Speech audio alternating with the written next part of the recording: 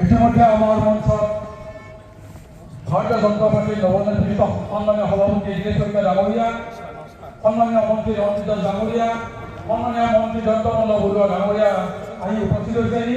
আৰু আপোনালোকে যিসকল ব্যক্তি বাহিৰত এতিয়াও অনাই বনাই ঘূৰি আছে তেখেতসকলক মঞ্চত আহি আসন গ্ৰহণ কৰাৰ বাবে আৰু আমাৰ সভাস্থলীত আসন গ্ৰহণ কৰাৰ বাবে অনুৰোধ জনাইছোঁ।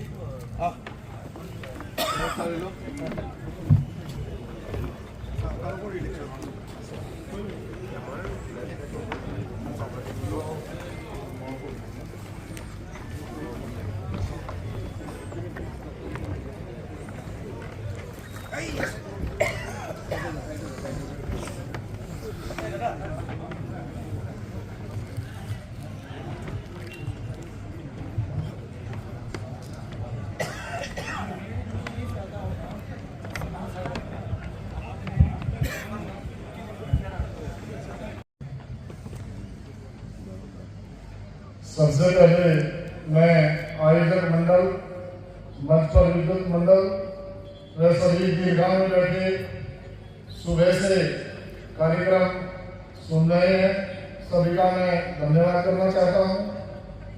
105 वर्ष पुराना संगठन योगीनाथ, जिसके बारे में हमें भी जानकारी नहीं थी, यहाँ करके आज ऐसा महसूस हुआ, बहुत ही अच्छा लगा और बहुत ही आनंद आया।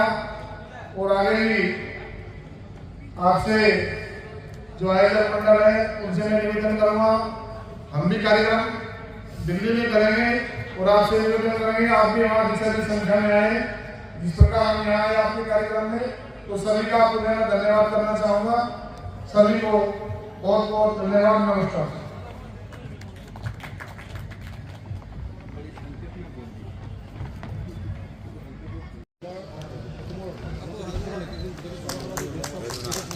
উদযাপন সমিতিৰ নিখেলনাথ ডাঙৰীয়া, জয়ন্তমল্ল বৰুৱা ডাঙৰীয়া এটি জাপিৰে সম্ভাষণ জনাব।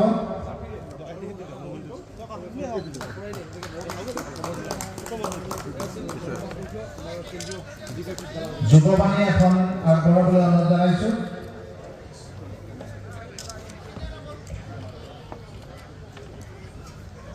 আমি মঞ্চৰ সন্মুখৰ পৰা কিছু আঁতৰি দিবলৈ অনুৰোধ জনাইছোঁ।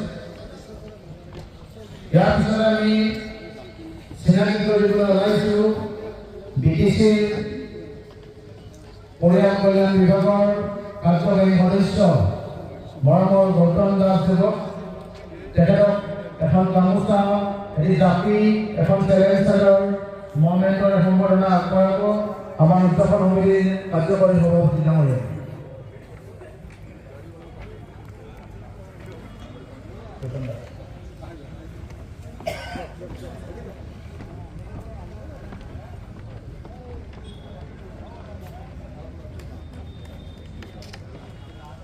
ইয়াৰ পিছতে আমি চিনাকি কৰিবলৈ ওলাইছোঁ যুৱ বন্ধু প্ৰণৱজ্যোতি বৰ্মন, উঠি অহা যুৱ ৰাজনীতিবিদ, মানস সমষ্টিৰ তেখেত ভৱিষ্যতৰ প্ৰতিনিধি। তেখেতক এখন গামোচা, এটি জাপি আৰু শৰাইৰে সম্ভাষণ যাচিবলৈ অনুৰোধ জনাইছোঁ আমাৰ উদযাপন সমিতিৰ উপ-সভাপতি তথা অসম প্ৰাদেশিক যোগী সন্মিলনীৰ নৱনিৰ্বাচিত সম্পাদক গুণজিৎ নাথক। প্ৰণৱজ্যোতি বৰ্মন কমতাপুৰ অট'নমাছ কাউন্সিলৰ GM হিচাপে তেখেত আছে।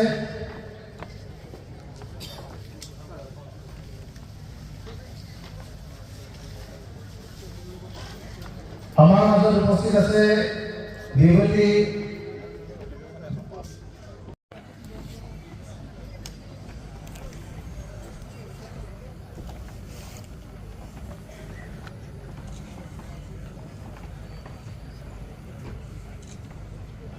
অসম প্ৰাদেশিক যোগী সন্মিলনীৰ 105 বছৰীয়া জ্বালা অধিৱেশনৰ আজি সামৰণি অনুষ্ঠানত সভাপতিত্ব কৰা যোগী সন্মিলনীৰ সন্মানীয় সভাপতি শ্ৰী নাথ ডাঙৰীয়া, আমাৰ মাজত উপস্থিত থকা সমষ্টি শ্ৰদ্ধেয় দ্ৰোণ ভূঞা ডাঙৰীয়া, আমাৰ অসমৰ গৌৰৱ, দৰঙৰ সুসন্তান, আমাৰ মাজত উপস্থিত থকা অসম চৰকাৰৰ সন্মানীয় জ্যেষ্ঠ মন্ত্ৰী, আমাৰ ওচৰৰে পাটাচাৰকুছি সমষ্টিৰ জনপ্ৰিয় বিধায়ক, আমাৰ দলৰ প্ৰাক্তন সভাপতি শ্ৰদ্ধেয় শ্ৰীযুত ৰঞ্জিত কুমাৰ দাস ডাঙৰীয়া, অসমৰ আন এগৰাকী যুৱ ৰাজনীতিবিদ, দক্ষ ৰাজনীতিবিদ, উপাধ্যক্ষ হিচাপে আছিলে, এবিভিপিৰ কাৰ্যকৰ্তা আছিলে। আমি সৰুৰে পৰা তেওঁক লগ পাইছোঁ। আৰু এটা 105 গালা অধিৱেশনৰ জাপিৰে এনেকৈ মৰম যাচিছে আৰু এটা মমেণ্টো এটা খুৱাই আৰু আছিল 105 ইয়াৰ পিছতে আমি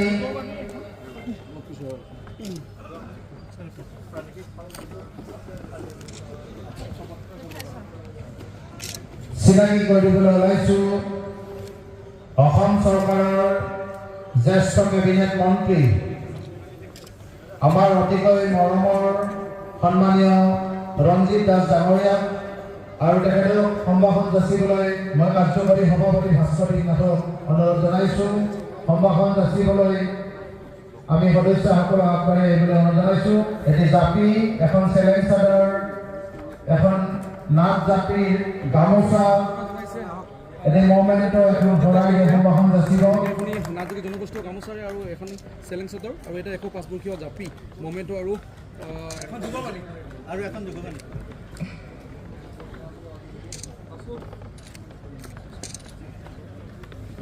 এটা খুৱাই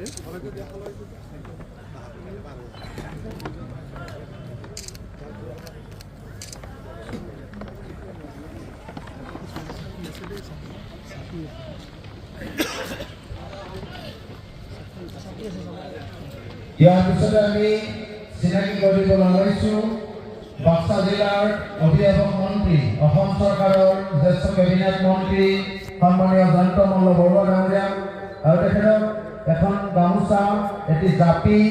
सर्वप्रथम आयोजक मंडल का धन्यवाद हम लोग करते हैं। विश्व योगी महासन की पूरी टीम आज यहाँ पे उपस्थित हुई है और भारत की पवित्र भूमि के अंदर जितने भी समाज हैं, सभी समाज का कहीं के प्रतिनिधित्व होना चाहिए। अपेक्षा भी होती है सरकारों से भी और एक अभिन्न तबका जो होता है, लेकिन फिर भी इस समाज का जितना प्रतिनिधित्व उन राज्यों में होना चाहिए जितनी इनकी भागीदारी है, उसके हिसाब से नहीं हो। यही उत्तर प्रदेश की हालत है, ये हरियाणा की हालत है, ये राजस्थान की हालत है, ये केरला की हालत है और यही असम की हालत है। नेपाल का यही हालत है। नेपाल के अंदर गुरु वैष्णव जी का ये नेपाल के प्रतिनिधि यहाँ बैठे हैं और हमारे शरीर के अंदर गुरु गोरखनाथ जी रहते थे, रविन्द्रनाथ जी वहाँ राजगुरु रहे। लेकिन उसके बावजूद भी नाथ संप्रदाय के लोगों को राजनीतिक भागीदारी, राजनीतिक हिस्सेदारी, राज्यसभा या जितने बोर्ड के चेयरमैन हैं उनमें भागीदारी मिलनी चाहिए। और इतना भारी संख्या में आज भाई और बहनें आई हुई थी, लेकिन इतना अच्छा कार्यक्रम होने के बावजूद भी और इतने सारे राजनीतिक प्रतिनिधि आए हैं, कहीं न कहीं ये भाव फैलता है। हम लोग दिल्ली में भी इस बात का चिंतन और चिंता कई बार करते हैं कि नहीं राजनीतिक भागीदारी होनी चाहिए, लेकिन फिर भी हम लोगों को प्रयास नहीं छोड़ना चाहिए, प्रयास करते रहना चाहिए और मर्यादा में रहकर के प्रयास करना चाहिए। अभिव्यक्ति की आजादी सबको है, लेकिन कई बार अमर्यादित अभिव्यक्ति की आजादी नुकसान का कारण बनती है। इसलिए मैं पूरी राष्ट्र की तरफ से, अपने संगठन की तरफ से सभी का आभार, सभी का धन्यवाद। इतनी भारी संख्या में आज लोग यहाँ आए हैं, इतना अच्छा मैनेजमेंट, इतना अच्छा भोजन बनाया है और जो यहाँ ट्रेडिशनल चूल्हा देखने को मिला, इनके वस्त्र देखने को मिले, ये भी बहुत अच्छा है। ये भी हमारी ताकत है कि जो जिस राज्य में जो जिसकी पारंपरिक व्यवस्था है, चाहे वो भाषा की है, खान पीन की है, वस्त्र की है, ईश्वरी मर्यादाएं हैं, उनको जो लोग पकड़ कर रखते हैं वो लंबे समय तक चलते हैं। और दूसरी बात ये है कि राजनीतिक दलों में अपने मित्र भी रहे हैं जो दिलों को हार के राजनीति करते हैं, वो लंबे समय तक नहीं चलते, जो दिलों को जीत के राजनीति करते हैं वो लंबे समय तक चलते हैं। इसलिए इन सब बातों का ध्यान रखते हुए मैं अपनी वाणी को विराम देता हूँ। आयोजक मंडल का सबका धन्यवाद और जितने भाई और बहनियां आए हैं उन सबका भी आभार। और इसी तरह से कार्यक्रम चलता रहे, संख्या बढ़े, अपनी बात हम लोग कहते रहे। जय श्री राम, भारत माता की जय, गोरखनाथ जी की जय, आयोजक मंडल की जय और आप सबकी जय। धन्यवाद। धन्यवाद जी। मंच पर बैठे होंगे या सामने बैठे होंगे, बोले गुरु गोरक्षनाथ महाराज की। मैं योगी ओम कुमार दुबे, दिल्ली से। आसाम में पहले भी 2 सम्मेलनों में मैं आ चुका हूं। हर बार मैंने यही कहा है कि आसाम की धरती पर जब भी आपको मेरी जरूरत पड़े या आप मुझे बुलाओ तो मैं जरूर आऊंगा। और जब भी आपको दिल्ली में जाकर मेरी जरूरत पड़े तब भी मैं आप लोगों के काम आऊंगा। अब की बार धीरेन्द्र जी ने निवेदन किया कि आसाम के जो हमारे भाई बहन हैं उनको ये मालूम होना चाहिए कि हमारा योगी नाथ समाज पूरे भारतवर्ष में है। उसी को देखते हुए जयपुर से जो राजस्थान में है हुकम सिंह जी आए, दिल्ली से डॉक्टर दिनेश उपाध्याय जी, उत्तर प्रदेश से योगी राजवीर जी, मध्य प्रदेश से राहुल योगी जी, महाराष्ट्र से माणिक पांडे जी और उनके 2 साथी।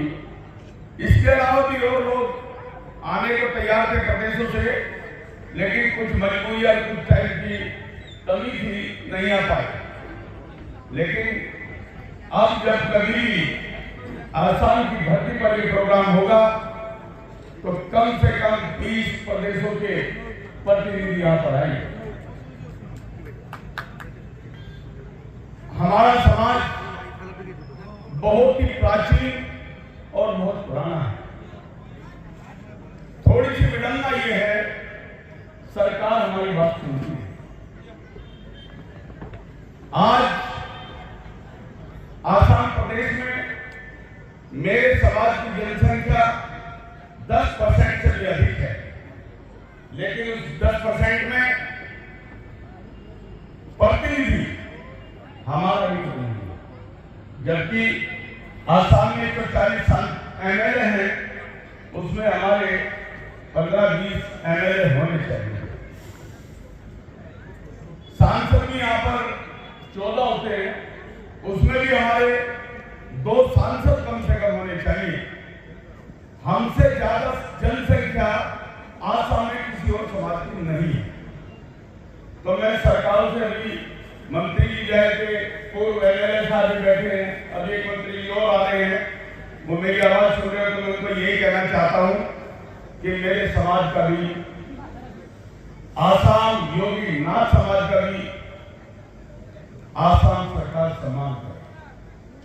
वो सम्मान हमें पैसे नहीं चाहिए, हमें धन दौलत नहीं चाहिए, हमें टिकट नहीं चाहिए, नहीं दे सकते मत दीजिए हमें टिकट। लेकिन आसाम में गुरु गोरक्षनाथ बोर्ड का गठन करा है, जिससे मेरे समाज को लाभ हो। उसके बाद मैं अपने समाज के भाई और बहनों से ये कहना चाहता हूं, हम लोग जितने शिक्षा की तरफ बढ़ेंगे, हम अपने आप अपने समाज को आगे करेंगे। अभी हमारे मित्र IAS बैठे, IAS ऐसे नहीं बनता, मेहनत से बनता है, पढ़ाई करनी पड़ती है। हम भी बन सकते हैं, आप भी बन सकते हो, शिक्षा के क्षेत्र में जब आने के बाद इंसान उस शिक्षा को आगे लेकर चलता है, पढ़ाई पूरी करता है। मैं अनुरोध करता हूँ आसाम की धरती के वासियों, मेरे बंधुओं, मेरे भाइयों, आज पहली बार मैं इस आसाम सम्मेलन में आया हूँ। 8-10 साल पहले, 6-7 साल पहले भी धीरेन्द्र नाथ साहब ने मुझे आदेश किया था, लेकिन जन सेवा की जो उत्तरदायित्व थे उसके कारण मैं आ नहीं सका था। मैं अपने आप को बड़ा दुर्भाग्यशाली मानता हूँ और आज उस सारे दुर्भाग्य को समाप्त होता हुआ देख रहा हूँ। मैं 2-3 बातों में अपनी बात खत्म कर देना चाहूँगा, क्योंकि बहुत सारी बातें तो कुमार पुंडे साहब ने और आदरणीय दिनेश उपाध्याय जी साहब ने कह दी हैं। राजनीतिक बात भी हो गई और बाकी सारी बातें हो गई। मैं इस सारी व्यवस्था को, अगर जब हम बात कर रहे थे तो हमारे साथ में नेपाल से पधारे हुए प्रतिनिधि, हमारे सभी साथियों से जब उनके व्यूज ले रहे थे तो मुझसे पूछा नहीं गया, और मैं आपके सामने इस बात को कहना चाहता हूँ कि अविस्मरणीय है, अद्भुत, अप्रतिम। और अगर इन सब चीजों को एक शब्द में समेटना चाहें, मैं इससे बहुत सी बातें कर सकता हूँ कि इतना अनुशासित और इतना फ्लो में सब चीज खत्म हो रही है, समाप्त हो रही है, चल रही है कि कहीं पर कुछ लग नहीं रहा कि इतने 15-20 शादियों में हम देखते हैं तो 2000 लोगों की भीड़ में इतनी अव्यवस्था हो जाती है, लेकिन यहाँ पर 15-20 हजार आदमी एक दिन में जीत के जा रहे हैं और यहाँ पर इतना अनुशासित रूप से। तो मैं कह रहा था एक शब्द में यदि मैं समझ करूँ, एक शब्द में अगर बात कहूँ तो अनुकरणीय। अनुकरणीय सारे इस मंच के माध्यम से और यहाँ के मीडिया अगर भी कवरेज कर रहा है उनके माध्यम से मैं जितने भी समाज हो, चाहे वो ना समाज हो चाहे किसी और दीगर समाज हो, उन सबको कहूँगा कि अगर उनको व्यवस्था सीखनी है, वीरेंद्र नाथ सर बहुत बहुत धन्यवाद आपका कि आपने मुझे आमंत्रित किया और मैं यहाँ पे आज बोल पा रहा हूँ। इस मंच से, इस व्यवस्था से उनको अनुकरण करने योग्य व्यवस्थाएं सीखनी चाहिए। दूसरी बात मैं कहना चाहता हूँ, राजनीतिक बात, राजनीतिक भागीदारी की, और पिछले दिनों भी जितनी भी बातें होती थी हमारे देश में, उसमें यह था कि जिसकी जितनी संख्या भारी उसका उतना भागीदारी। लेकिन हमारी भागीदारी, अगर केवल आसाम की बात करें तो पुंडे साहब ने बहुत बढ़िया बात कही और पहले भी वो कहते रहे, लेकिन मैं पूरे भारत में, मैं भी इसी तरह से घूमता रहा हूँ, यूनाइटेड नेशंस में रहते हुए भी, दूसरे देशों में भी हमारे समाज की कितनी कम्युनिटी है, उन सबकी बातों को अगर देख करके कहा जाए तो। लेकिन अगर हम अपने इतिहास पर किसी की तरह नजर डालते हैं तो क्या कारण है कि हमें राजनीतिक भागीदारी नहीं मिल पाई। हम बोलते तो हैं कि हमारी इतनी भागीदारी होनी चाहिए, हमारे को ये होना चाहिए, लेकिन अगर नहीं कर रहे हैं तो हमें करना चाहिए। मैं एक छोटा सा उदाहरण आपको जानना चाहता हूँ। मैं राजस्थान से आता हूँ और 2010 में जब बाई इलेक्शन हो रहे थे, मुझे नहीं पता कि ऑडियंस वहाँ पे कितने लोग यहाँ से देख नहीं पा रहा हूँ, लेकिन जितने लोगों की कानों में मेरी बात जा रही है, आप लोग इस बात को समझने की कोशिश करना कि मैं आपको आपकी ताकत बताना चाहता हूँ कि आपकी ताकत कहाँ से आएगी और कैसे आएगी। राजस्थान में एक उदयपुर डिवीजन में मुंगाना नाम की तहसील है, वहाँ पे 2010 में उससे 25 साल पहले एक नंदलाल लवाना, एक ट्राइबल जाति होती है लवाना, उसका आदमी जो कभी वहाँ पे चोरी चकारी किया करता था, जंगल में तस्करी भी किया करता था, सागवान की लकड़ी और ये सब चीजें चुराया करता था, मवेशी चुराया करता था, वो किसी तरह से सरपंच बन गया 2010 से 25 साल पहले। और उसके बाद आज 15 साल बीते, मतलब 40 साल पहले। और उसने सबसे पहला एक काम किया कि उसकी जाति के, लवाना जाति के, टांगा बोलते हैं, यहाँ पे गाँव बोलते होंगे, भाई बोलते होंगे, तो उस आदमी ने, उस सरपंच ने, नंदलाल लवाना ने अपने समाज के सारे टांगों में रहने वाले, टांगा बोलते हैं, एक आदमी और एक पत्नी, दोनों एक जगह बैठा हुआ एक टांगा, उन सारे लोगों को अपनी विजिट, अपनी उस कॉन्स्टिट्यूएंसी में इकट्ठा कर लिया। और अगले 5 साल बाद जब इलेक्शन आया तो अगली बार सरपंच फिर वही था। और उसके बाद में, उसके बाद 2010 तक मैंने देखा कि वो सरपंच था, और आज भी वही उसी की समाज के सरपंच और ऊपर वहाँ पर प्रधानमंत्री रहता है। ये तो थी कि अपने सारे वोटों को एक जगह इकट्ठा कर लिया। आज हम पीछे मुड़कर के उस जगह पे नहीं जा सकते कि हम अपने सारे जो इस तरह के इंडियन जहाँ भी नहीं पे बस गया है उन लोगों को इकट्ठा नहीं कर सकते। लेकिन हम इलेक्शन में खड़े हों, क्योंकि अलग अलग जगह पे बटे हुए हैं, हमारे वोट बटे हुए हैं, अलग अलग हिस्से में बसे हुए हैं, इसलिए हमारे वोटों की ताकत एक जगह पे न होने से हम अपने किसी आदमी को जिता नहीं सकते। लेकिन धन्यवाद, नमस्कार সকলোকে। আজি নাথযোগী যি 105 বৰ্ষৰ অধিৱেশনত উপস্থিত মোৰ পিতৃতুল্য, মোৰ শ্ৰদ্ধাৰ ধীৰেন্দ্ৰ নাথ ছাৰ ডাঙৰীয়া, লগতে বিশিষ্ট ব্যক্তিসকল, আজি খুবেই গৌৰৱান্বিত যে নিজৰ জাতিৰ এটা অনুষ্ঠানত এনেকৈ নিজৰ অভিজ্ঞতা নিজৰ সংগ্ৰাম নিজৰ জাতিৰ যি মৰম স্নেহৰ কথা ব্যক্ত কৰিবলৈ মই সুবিধা পালোঁ আৰু ইয়াৰ দ্বাৰা যে মই বিশ্বজুৰি নিজৰ জাতিলৈ গৌৰৱ কঢ়িয়াই আনিব পাৰিলোঁ তাৰে মই নিজকে বহুত সৌভাগ্য বুলি ভাবোঁ আৰু আপোনালোকৰ আশীৰ্বাদৰ ফল বুলি ভাবোঁ। জয়তে মই ক'ব বিচাৰোঁ যি মোৰ ৱৰ্ল্ড চেম্পিয়নশ্বিপৰ বিশ্ব বডিবিল্ডিং চেম্পিয়নশ্বিপৰ যি মোৰ সংগ্ৰাম আছিলে যি মোৰ প্ৰচেষ্টা আছিলে যিটো মোৰ পথ আছিলে এইটো মোৰ সহজ নহয়।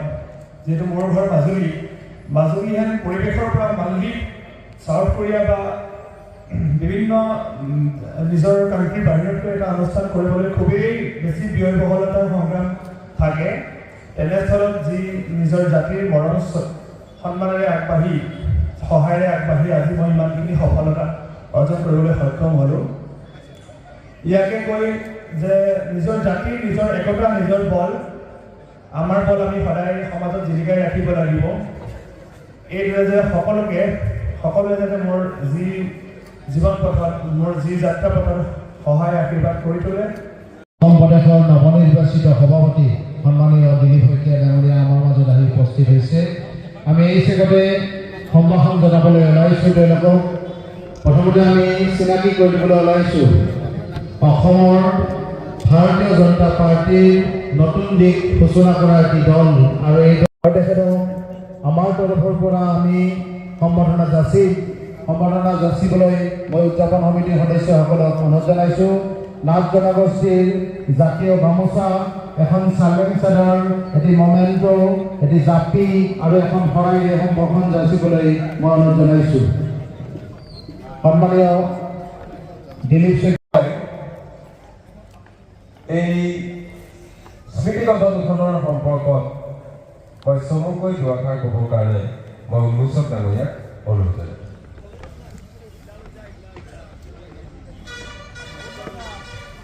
নমস্কাৰ। আজিৰ এই মুকলি সভাৰ সভাপতি মহোদয় মঞ্চত পৰিচয় দাঙি ধৰিব, আমাক সোঁৱৰাই দিব বৰ্ণিল জালাহে। আমি সম্পাদক সমিতিৰ সন্মানীয় সভাপতি সতীশ মোহন ঠাকুৰীয়া, মুখ্য সম্পাদক কল্যাণ চন্দ্ৰ নাথ, সম্পাদক মনজিৎ দাস, কুমাৰ অনুপম আৰু পুলিন বৰাৰ লগতে সদস্যসকলক আমি আমাৰ অসম প্ৰাদেশিক জ্যোতি সমিতিৰ ফালৰ পৰা অশেষ কৃতজ্ঞতা আৰু ধন্যবাদ জ্ঞাপন কৰিছোঁ।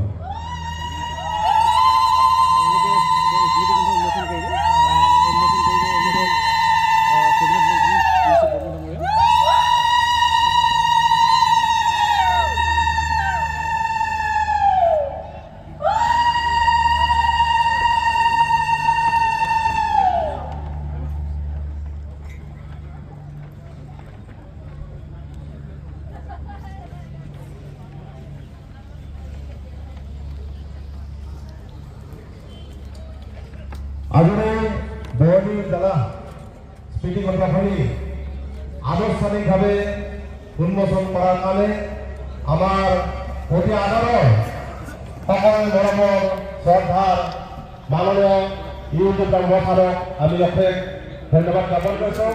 তেখেত এগৰাকী অসম চৰকাৰৰ জ্যেষ্ঠ কেবিনেট মন্ত্ৰী নহয়, এজন বিশিষ্ট সাহিত্যিক, লেখক, গৱেষক আৰু সমগ্ৰ অসমৰ উন্নয়নৰ স্বাৰ্থত তেখেতে আমাৰ হকে দিনে নিশাই কাম কৰি আছে আৰু পৰম পিতা পৰমেশ্বৰ শিৱ বাবাই তেখেতক আশীৰ্বাদ কৰক।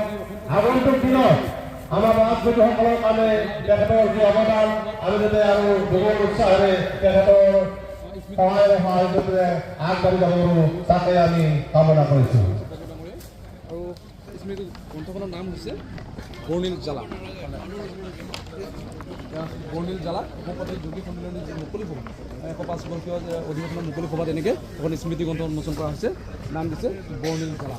সভাপতি আমাৰ অসম প্ৰাদেশিক জ্যোতি সন্মিলনী উন্মোচনী কাৰ্য সম্পাদন হৈ আছে, গতিকে সকলোকে এটি হাত ধৰি দিবৰ কাৰণে অনুৰোধ জনাইছোঁ। সুন্দৰ পৰিৱেশ এয়া আছিল অসম প্ৰান্তিক যোগী সন্মিলনী যি 105 বছৰীয়া জ্বালা এনেকৈ মুকলি সভাত আছে এই স্মৃতি গ্ৰন্থ নাম দিছে সুন্দৰ আৰু এই স্মৃতি গ্ৰন্থই চিৰদিনৰ কাৰণে স্মৃতি হৈয়ে ৰ'ব অসম প্ৰান্তিক যোগী সন্মিলনী যি 105 বছৰীয়া এই সময়তে আমাৰ সন্মানীয় ইউজি ব্ৰহ্মচাৰী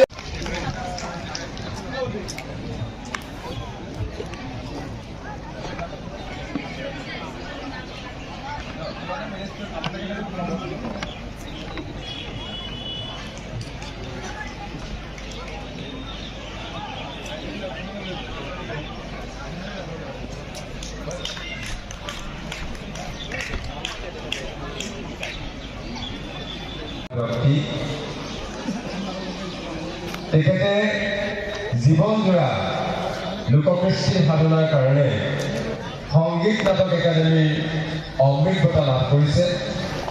আমি তেখেতক আমাৰ মাজত এইদৰে সম্বৰ্ধনা জনাবলৈ পাই আমি অতি আনন্দিত আৰু সুখী। দেৱাদিদেৱ মহাদেৱে তেখেতক সুস্বাস্থ্যৰ দীৰ্ঘায়ু প্ৰদান কৰক, তাকে আমি কামনা কৰিলোঁ। ধন্যবাদ। আমি মঞ্চলৈ যোগী সন্মিলনী সাধাৰণ সম্পাদক ধৰ্মনাৰায়ণ নাথক আদৰি আনিবলৈ অনুৰোধ জনাইছোঁ। তেখেত ৰভাত আমাৰ সন্মুখত বহি আছে, তেখেতক মঞ্চলৈ আহিবলৈ পৰা আমাৰ মাজত আহি উপস্থিত হৈছে। তেখেতক এখন গামোচা, এখন জাপি, চেলেং চাদৰ আৰু শৰাইৰে সমাগম যাচিবলৈ অনুৰোধ জনাইছোঁ।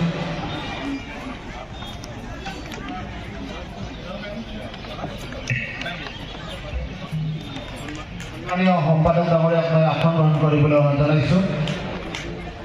প্ৰাক্তন সম্পাদক ধৰ্মনাৰায়ণ নাথ,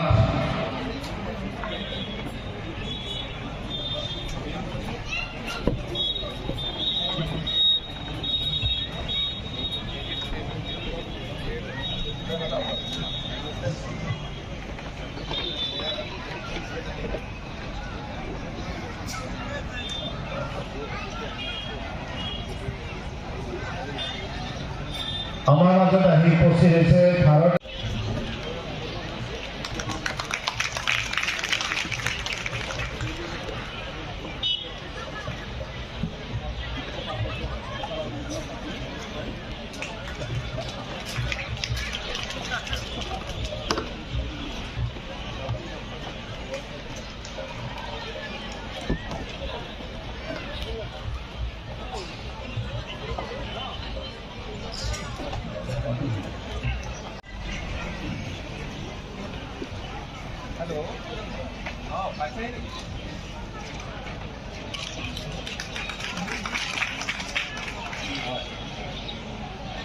ইয়াৰ পিছতে আমি চিনাকি কৰিবলৈ ওলাইছোঁ ৰাহুল যোগী, প্ৰদেশ অধ্যক্ষ মহাৰাষ্ট্ৰ বিশ্বযোগী মহাসংঘ মধ্যপ্ৰদেশ। ৰাহুল যোগীক আমি সন্মুখৰ ফালে আহিবলৈ অনুৰোধ জনাইছোঁ। প্ৰদেশ অধ্যক্ষ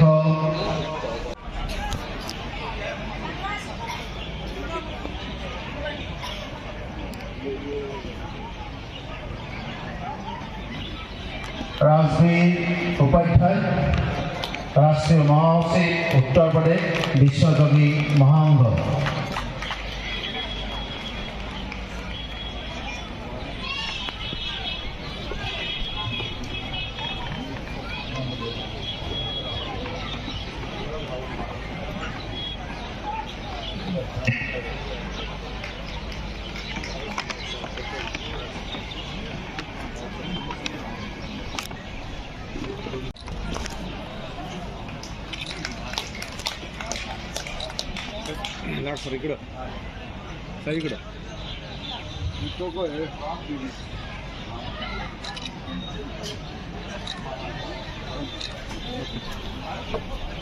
ইয়াৰ পিছতে আমি চিনাকি দিবলৈ অনুৰোধ জনাম ডক্টৰ চাহেব সিং, কেন্দ্ৰীয়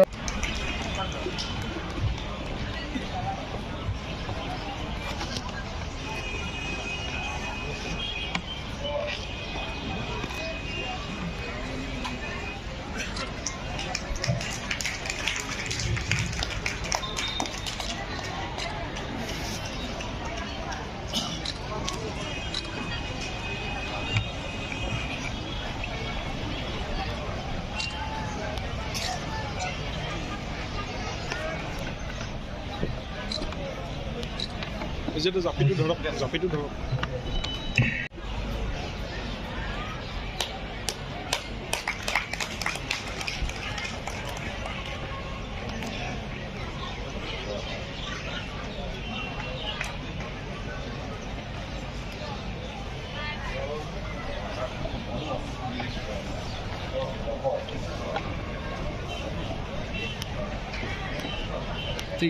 এইবাৰ আমি চিনাকি দিবলৈ অনুৰোধ জনাইছোঁ যোগী দীনেশ উপাধ্যায় মুখ্য সংৰক্ষক দিল্লী বিশ্বজোগীৰ মহাংগ তেখেতক জাপি গামোচা শৰাই চেলেং চাদৰ আৰু মমেণ্টৰে সম্ভাষণ যাচিবলৈ অনুৰোধ জনাইছোঁ।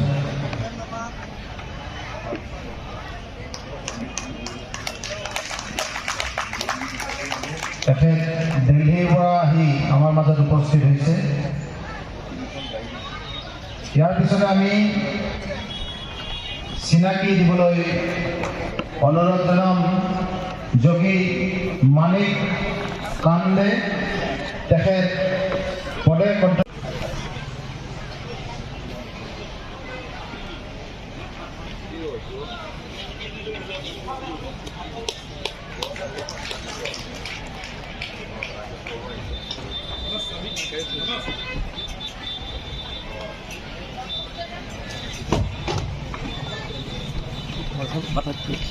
ইয়াৰ পিছতে আমি চিনাকি কৰি দিবলৈ ওলাইছোঁ যোগী হুকুম সিঙক তেখেত ৰাষ্ট্ৰীয় জ্যেষ্ঠ উপাধ্যক্ষ ৰাজস্থান বিশ্বজোগী মহাসংঘ দিবলৈ ওলাইছোঁ শ্ৰীযুত অৰবিন্দ নাথ সভাপতি অচিত ছেক্ৰেটাৰী হায়াৰ ডিভিজন তেখেতক আমাৰ মাজত পাই আমি অতি আনন্দিত আৰু গৌৰৱান্বিত। ধন্যবাদ। আন এগৰাকী আমাৰ স্বজাতিৰ সুসন্তান ডক্টৰ হেমন্ত কুমাৰ নাথ তেখেতে যোৱা 5 বছৰ ধৰি গুৱাহাটী বিশ্ববিদ্যালয়ৰ পঞ্জীয়ক ৰেজিষ্ট্ৰাৰ দায়িত্ব তেখেতে পালন কৰিছিল। 5 বছৰ কাৰণে ইউনিভাৰ্চিটি ৰেজিষ্ট্ৰাৰৰ এটা পিৰিয়ড থাকে। ইউনিভাৰ্চিটি ৰেজিষ্ট্ৰাৰ ভাইচ চেঞ্চেলৰ ৰিভিউভিং এটা পজিশ্যন আমাৰ সম্প্ৰদায়ৰ পৰা তেনেকুৱা এটা পদবী প্ৰতিষ্ঠিত হৈ তেখেতে আমাৰ সম্প্ৰদায়টোৰে গৌৰৱ কঢ়িয়াই আহিছে। বৰ্তমান তেখেত আন এটা ইকুইভেলেণ্ট ষ্টেটাছৰ post secretary of classes Guwahati university. গতিকে তেখেত আমাৰ সম্প্ৰদায়ৰ এগৰাকী অতি মেধাৱী গুণী ব্যক্তি। তেখেতক আমাৰ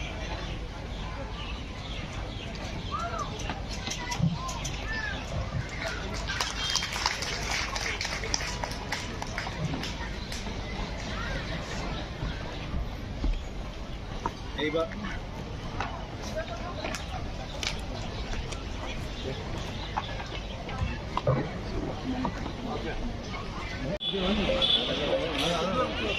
পবিত্ৰ কুমাৰ নাথ মাজুলীৰ সুসন্তান। আমাৰ এটা সংগীত আছে বিশ্ব বিজয় নজোৱান। এই পবিত্ৰ কুমাৰ নাথে মাজুলীৰ পৰা গৈ বিশ্ব বিজয় কৰি আহিছে। শৰীৰ চৰ্চাত তেওঁ কেইবাবাৰো আন্তঃৰাষ্ট্ৰীয় পুৰস্কাৰ লাভ কৰিছে। শেহতীয়াকৈ তেওঁ মালদ্বীপত অনুষ্ঠিত বিশ্ব বডি বিল্ডিং চেম্পিয়নত সোণৰ পদক লাভ কৰি আমাৰ অসমৰ লগতে ভাৰতৰ লগতে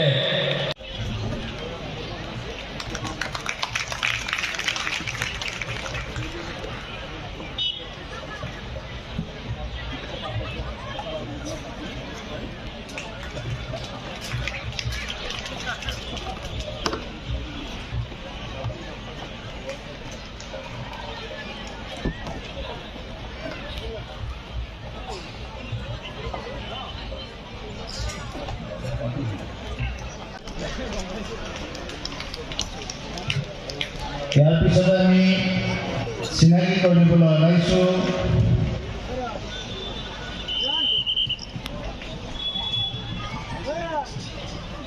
আমাৰ মাজত উপস্থিত থকা চেলেং চাদৰেৰে সম্ভাষণ যাচিবলৈ আমাৰ নৱনিৰ্বাচিত সম্পাদক সাধাৰণ সম্পাদক গুণজিৎ নাথক অনুৰোধ জনাইছোঁ।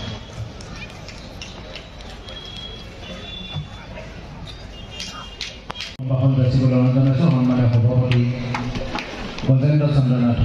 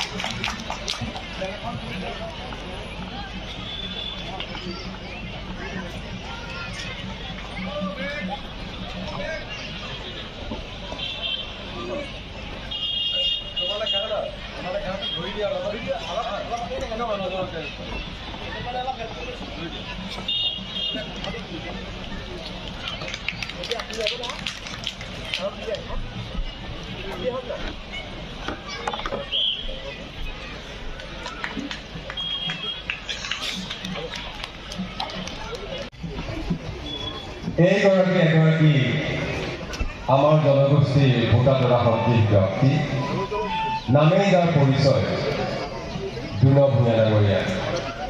অসম গৌৰৱ দুল ভূঞা ডাঙৰীয়া। অসমৰ লোক সংস্কৃতিৰ সাধক, দৰণি কলা কৃষ্টিৰ আজন্ম সাধক, ওজাপালি, দেওধনী ইত্যাদি আমাৰ যিসকল পৰম্পৰাগত পুৰণি সংস্কৃতি, সেই সংস্কৃতিৰ তেখেতসকল ধাৰক আৰু বাহক। দুল ভূঞা দাদাই শিশুকালৰ পৰাই এই লোক সংস্কৃতিৰ সাধনা কৰি আহিছে আৰু অসমৰ এই আপুৰুগীয়া লোক সংস্কৃতিক ভাৰতবৰ্ষৰ পৰিধি ভেদি বিশ্বৰ বুকুৰে কঢ়িয়াই আহিছে। আজি সেইগৰাকী মহান ব্যক্তিক আমাৰ মাজত এনেদৰে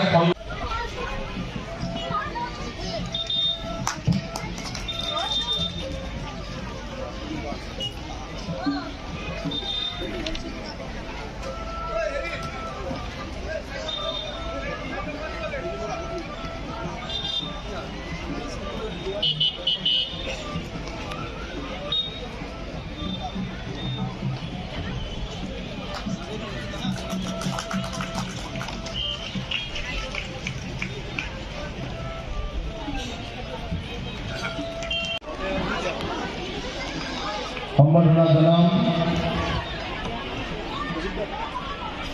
আজিৰ এই মুকলি সভাখন আনুষ্ঠানিকভাৱে উদ্বোধন কৰাৰ কাৰণে আমি আমন্ত্ৰণ জনাম অসমৰ সুযোগ্য সন্তান, কেৰালা ৰাজ্যৰ মুখ্য নিৰ্বাচনী বিষয়া সন্মানীয় শ্ৰীযুত প্ৰণৱজ্যোতি নাথক আৰু তেখেতক এখন স্বজাতিৰ ফুলাম গামোচা, এটি জাপি, এখন শৰাই আৰু এটি নবায়ন্ত এখন চেলেঙৰে সম্বৰ্ধনা যাচিব উদযাপন সমিতিৰ কাৰ্যকৰী সভাপতি ভাস্বৰদীপ নাথে।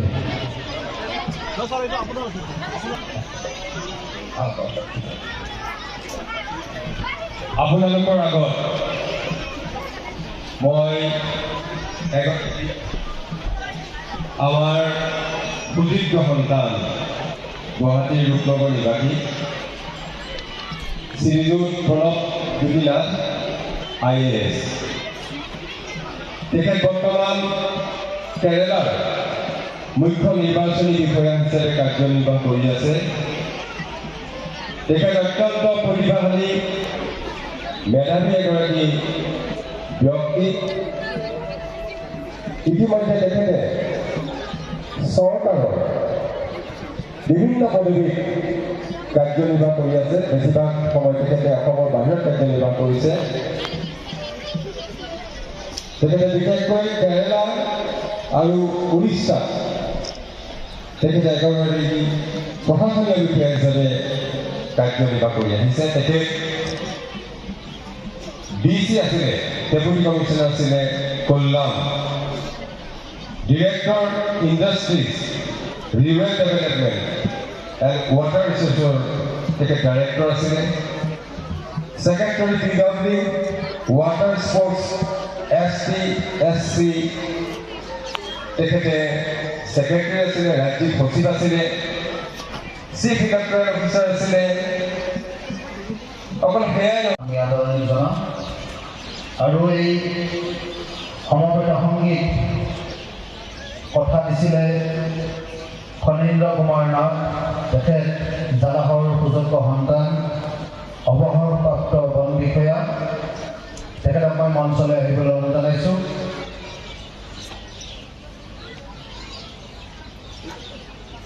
আৰু এই গীতৰ সুৰ দিছিলে বিমল কুমাৰ দেৱ মেধি, অনাতাঁৰ শিল্পী তথা অৱসৰপ্ৰাপ্ত বন বিষয়া। তেখেত অসুস্থতাৰ বাবে আমাৰ মাজত উপস্থিত হ'ব নোৱাৰিলে।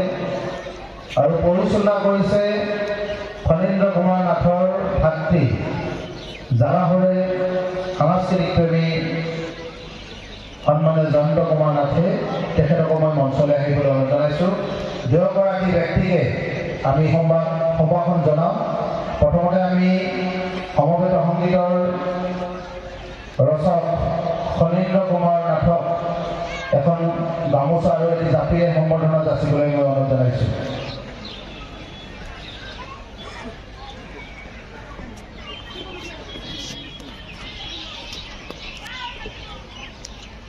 মই মঞ্চৰ সন্মুখৰ ফালে তেখেতক আহিবলৈ অনুৰোধ জনাইছোঁ।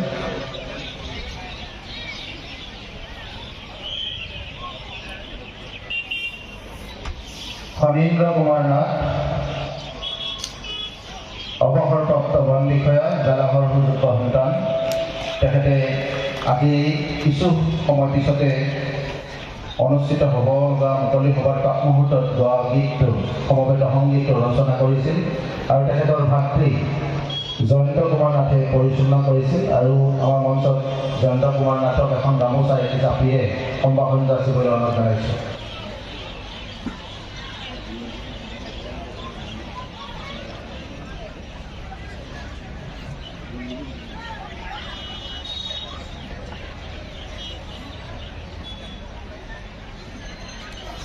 এতিয়া মই আজিৰ এই মুকলি সভাৰ প্ৰাক মুহূৰ্তত সন্মানীয় অতিথিসকলক আদৰণি জনাই সমবেত সংগীত পৰিৱেশন কৰিবলৈ শিল্পীসকলক অনুৰোধ জনাইছোঁ।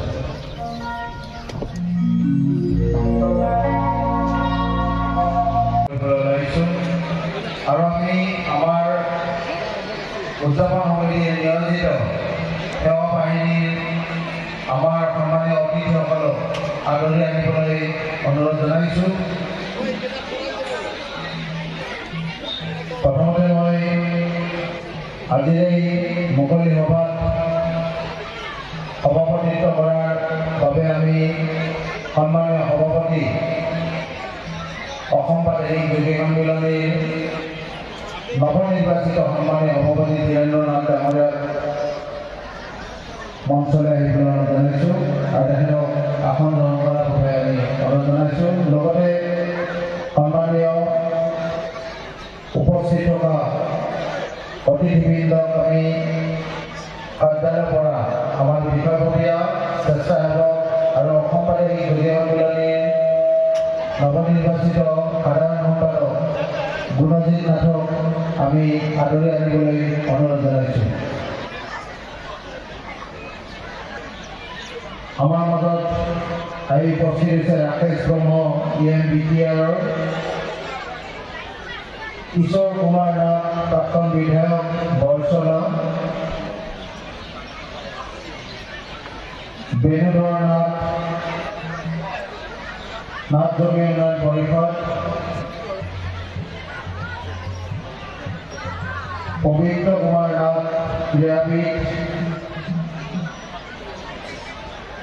যোগী ওম কুমাৰ পণ্ডিত, ৰাষ্ট্ৰীয় অধ্যক্ষ বিশ্বযোগী মহাসংঘ, যোগী হুকুম সিং, ৰাষ্ট্ৰীয় জ্যেষ্ঠ উপাধ্যক্ষ ৰাজস্থান বিশ্বযোগী মহাসংঘ, যোগী দীনেশ উপাধ্যায়, মুখ্য সংৰক্ষক দিল্লী বিশ্ববিদ্যালয় যোগী মহাসংঘ,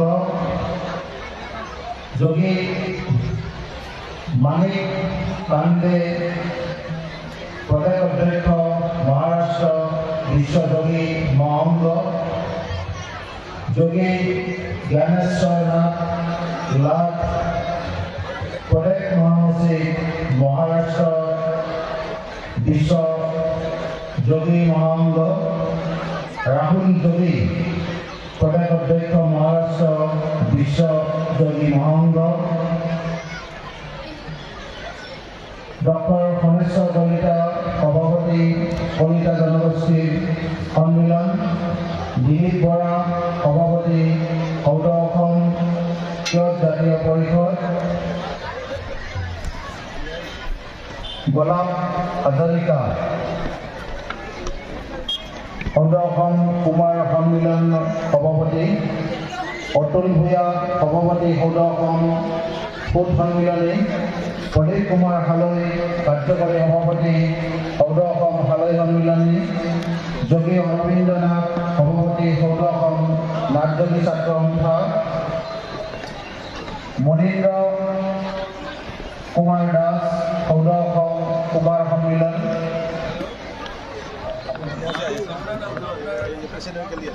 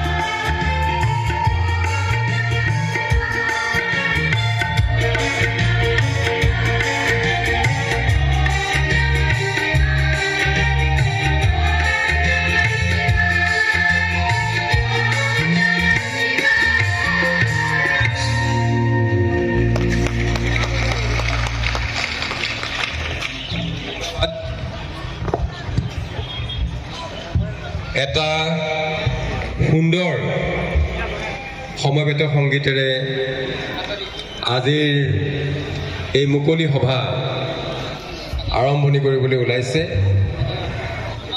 105 গৰাকী মহিলাই এই গীতটি পৰিৱেশন কৰিছে। মই গীতটি ৰচনা কৰা যিগৰাকী ব্যক্তি তেখেতৰ লগতে গীতটিত কণ্ঠদান কৰা, গীতটিত সহযোগিতা কৰা প্ৰতিগৰাকী শিল্পীকে মই আন্তৰিক অভিনন্দন আৰু ধন্যবাদ জ্ঞাপন কৰিছোঁ। ইয়াৰ পিছত আজিৰ সভাত উপস্থিত থকা সন্মানিত অতিথিসকলক অভ্যৰ্থনা সমিতিৰ ফালৰ পৰা সম্বৰ্ধনা জনাবৰ কাৰণে মই অনুৰোধ জনাইছোঁ।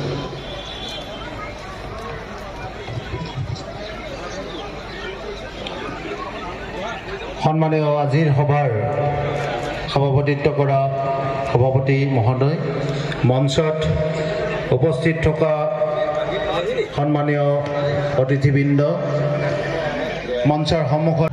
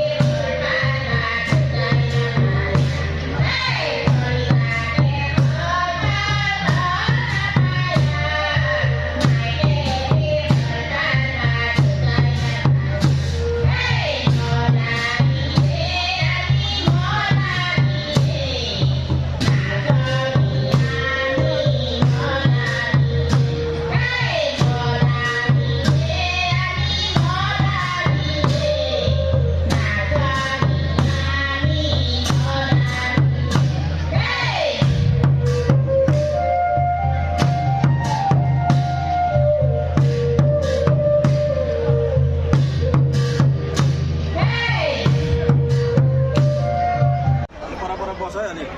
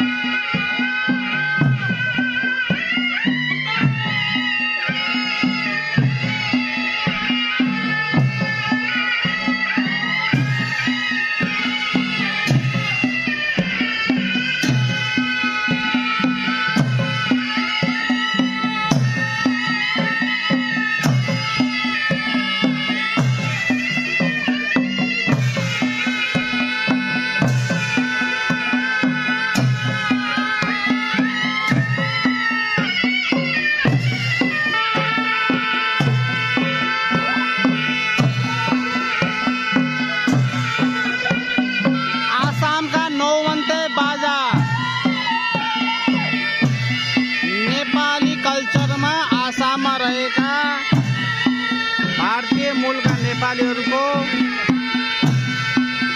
नौबन्ते बाजामा नाच्दै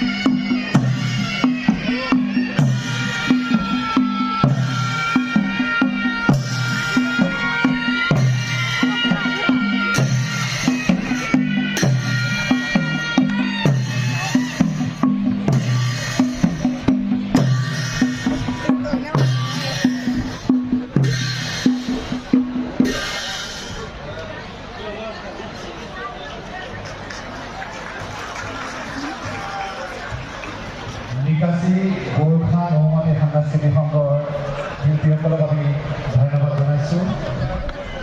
তেওঁলোকে আমাৰ নিমন্ত্ৰণ ৰক্ষা কৰি সাংস্কৃতিক শোভাযাত্ৰাৰ লগতে মঞ্চত নৃত্য পৰিৱেশন কৰাৰ বাবে অসম প্ৰাদেশিক যোগী সন্মিলনীৰ 105বৰ্ষীয় দ্বিবাৰ্ষিক জ্বালা অধিৱেশনৰ তৰফৰ পৰা তেওঁলোকলৈ পুনৰবাৰ বহুত বহুত ধন্যবাদ জ্ঞাপন কৰিছোঁ।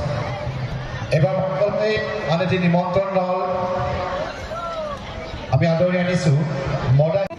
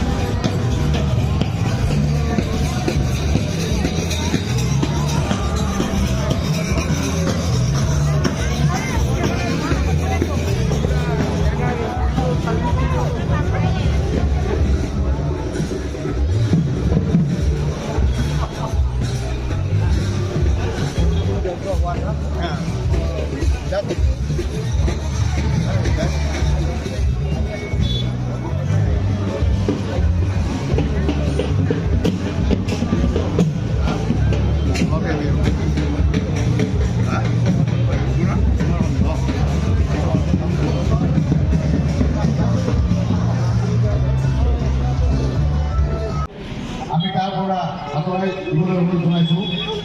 ৰাস্তাত হৈ থকা দুচকীয়া বাহনসমূহ আমি আগুৱাই দিবলৈ অনুৰোধ জনাইছোঁ।